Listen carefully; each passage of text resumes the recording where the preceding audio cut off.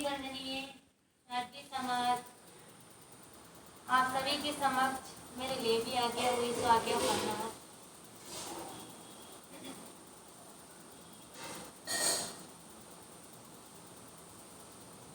हम सभी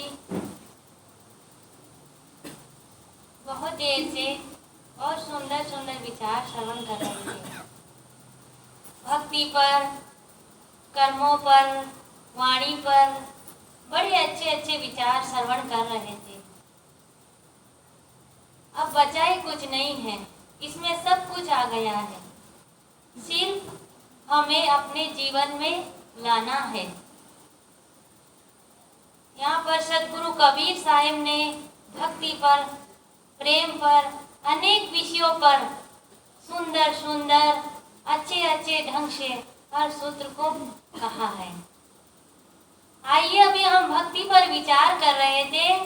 सदगुरु कबीर साहिब ने भक्ति किसकी करनी चाहिए, कैसी कैसी होनी चाहिए और किसकी करे, इस पर उन्होंने कहा है, कबीरन भक्ति बिगारिया कंकर पत्थर दोय, अंतर में विसरा के अमृतदायिन हो।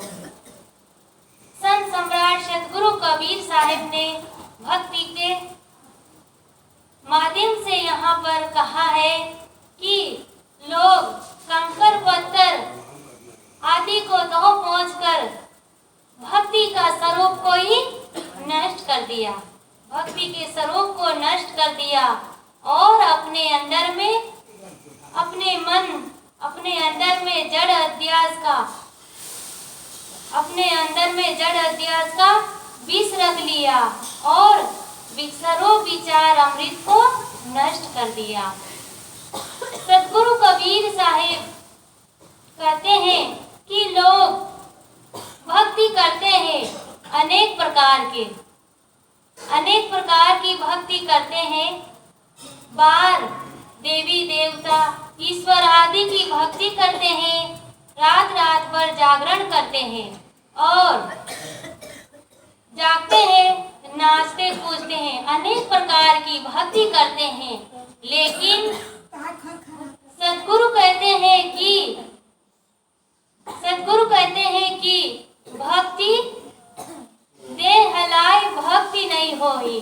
देह हिलाने से, अनेक कर्म कांड करने से भक्ति नहीं होती। भक्ति का मतलब होता है अपने अंदर के जड़ अध्यास विकारों को दूर करना, अपने अंदर के गलत विचारों से दूर रहना, गलत वाणी का प्रयोग न करना और गुरु के प्रति सच्ची समर्पण भावना, इसको भक्ति कहा है। कामी क्रोधी लालची इनसे भक्ति न होय, और भक्ति करे कोई सूरमा जाति वर्ण कुल होय। संत सम्राट सदगुरु कबीर साहिब कहते हैं कि कामी, क्रोधी, लालची ये भक्ति नहीं हो सकती। कामी होगा संसार के प्रति और क्रोधी, जिसके अंदर क्रोध है वो क्या भक्ति करेगा? भक्ति कौन करेगा? भक्ति करे कोई सूरमा जाति वर्ण कुल होय। कोई सूरवीर होता है जो मन की निर्मलता, पवित्रता ऐसा जीवन जीता है, वही भक्ति कर सकता है। भक्ति में इतनी शक्ति है कि वह मुक्ति तक पहुंचा देती है। भक्ति जहाँ प्रवेश करती है वहाँ तो सफल हो जाते हैं। भक्ति जब भोजन में प्रवेश करती है तो भोजन प्रसाद बन जाता है। भक्ति जब भूख में प्रवेश करती है तो भूख व्रत बन जाती है और भक्ति जब पानी में प्रवेश करती है तो पानी चरना अमृत बन जाते हैं और भक्ति जब सफर में प्रवेश करती है तो तीर्थ यात्रा बन जाती है और भक्ति जब किसी घर में प्रवेश करती है तो घर मंदिर बन जाता है और भक्ति जब किसी कार्य में प्रवेश करती है तो कार्य कर्म बन जाता है और भक्ति जब किसी व्यक्ति में प्रवेश करती है तो व्यक्ति मानव बन जाता है। तो भक्ति इतनी उत्तम है, सर्वोपरि है। तो भक्ति, लोग कहते हैं कि जवानी में क्या भक्ति करना, बुढ़ापे में भक्ति करेंगे, लेकिन ऐसा नहीं है। समय का भरोसा नहीं है, हम जल्दी ही चेत जाए, जल्दी ही समझ जाए। तो भजन भक्ति ये बुढ़ापे में नहीं, ये जवानी में ही हो सकता है। बुढ़ापे में तो दिखा नहीं जाता, चला नहीं जाता, ठीक से बैठा नहीं जाता, नींद आती है, तो यह संभव नहीं है। हम बहुत भाग्यशाली हैं जो हमें सच्चे सद्गुरु मिले, साथ साथ सच्चे गुरु की भक्ति करने का मौका मिला है। ऐसा समय को हम खाने पीने, सोने और बातचीत आदि में ही न बीता है। ऐसा समय बड़े ही भाग्यशाली व्यक्ति को मिलता है, साथ साथ सच्चे सद्गुरु। तो हम इन बातों पर विचार करें, चिंतन करें, मनन करें और भक्ति में जीवन बनाए, क्योंकि ऐसा सुंदर अवसर दोबारा मिलने वाला नहीं है।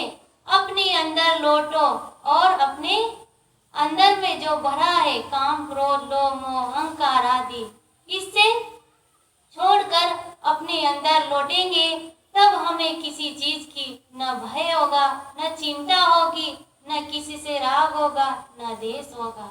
दुनिया से हमें कोई मतलब नहीं रहेगा। तो हम सच्चे सद्गुरु से जुड़े हैं, तो इन बातों पर चिंतन मनन करेंगे तो वास्तव में हमारा जीवन सफल हो जाएंगे। और हम विश्वास है कि जो व्यक्ति ऐसे करता है, ऐसे मार्ग पर चलता है, अवश्य उसे जीवन में सफलता हासिल होती है और वह अपनी मंजिल पर पहुंच जाता है। तो हम बहुत अनेक विषयों पर चर्चा करके आए हैं और टाइम भी हो गया है, इसलिए चलते चलते एक भजन। मौज मस्ती में दिन खोया रे, धोखा दे गई